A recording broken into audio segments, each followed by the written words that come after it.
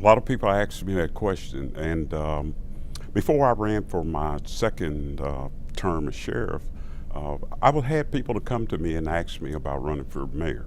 And the reason being was because crime is so out of control here in Memphis. And I have 41 years experience in law enforcement, all of them being at the sheriff's office, 25 years of supervisory experience.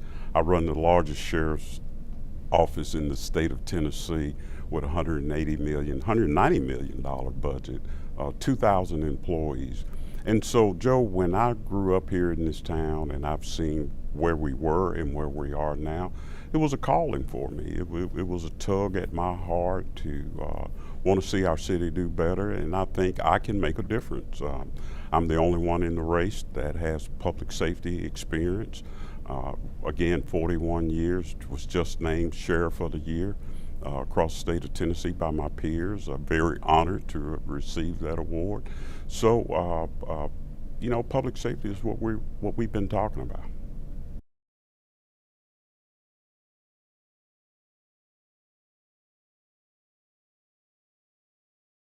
What I really didn't know was the support that I've received just from the average citizen.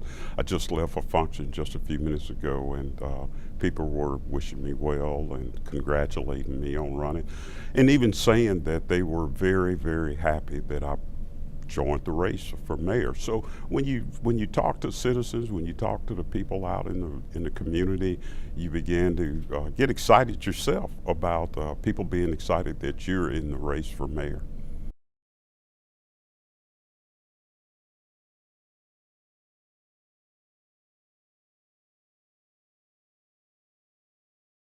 Well, the number one issue, Joe, is crime. I mean, I think all of us, we talk about it. We talked about we all saw what happened on the news down on Beale Street just this past weekend.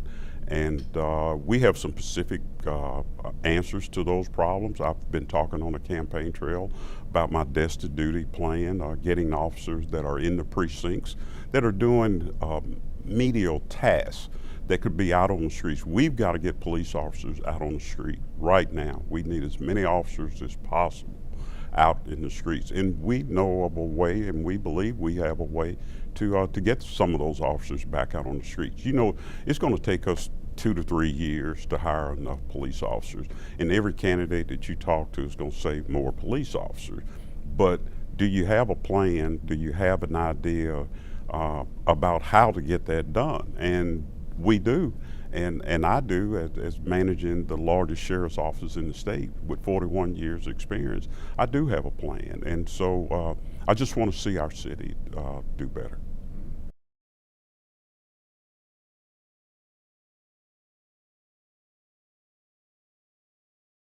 Wow, that's a great question. I had an interview just not long ago, and I told this reporter, Memphis Heroes was my mom. You know, my mom was just so supportive of us, and I'm the oldest of 4 children, and my mom, she was just, the sky was the limit.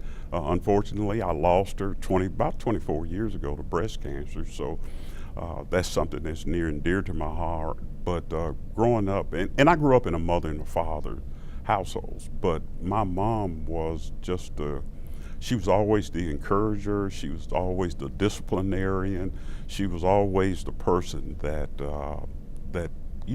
kind of spurred me on. And I think she would be so proud now of me now, seeing where I am, the possibilities that what could happen over the next month and a half, or even next year, as you could say. I think she would be so proud of me, and I just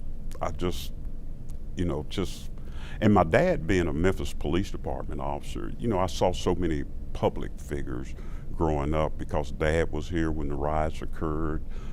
He was not the first class of African American officers, but I think Dad was in the second or the third class of African American officers. I can remember the time when he couldn't even go to the precinct, where my mom would, if he was working midnights, we would all have to load up in the car, and because Dad didn't want, with 4 kids at home, he didn't want Mom not to have a car in case one of us got sick. But I could remember him having to go down to Crump and Danny Thomas and meet on the parking lot just to get his squad car. So I can remember those things as a little kid, and we would all be loaded up in the back seat of the car with our pajamas on because he was working midnight shift, and we'd have to go down there, drop him off, and then go back home to go to bed. So Memphis has changed so much since those times, and rightfully so. But Memphis is such a great city, Joe, and you've been here. You've been doing the news for a long time as well. You've seen a lot of changes, and I just want to make a difference. I think I can make a difference here in our city.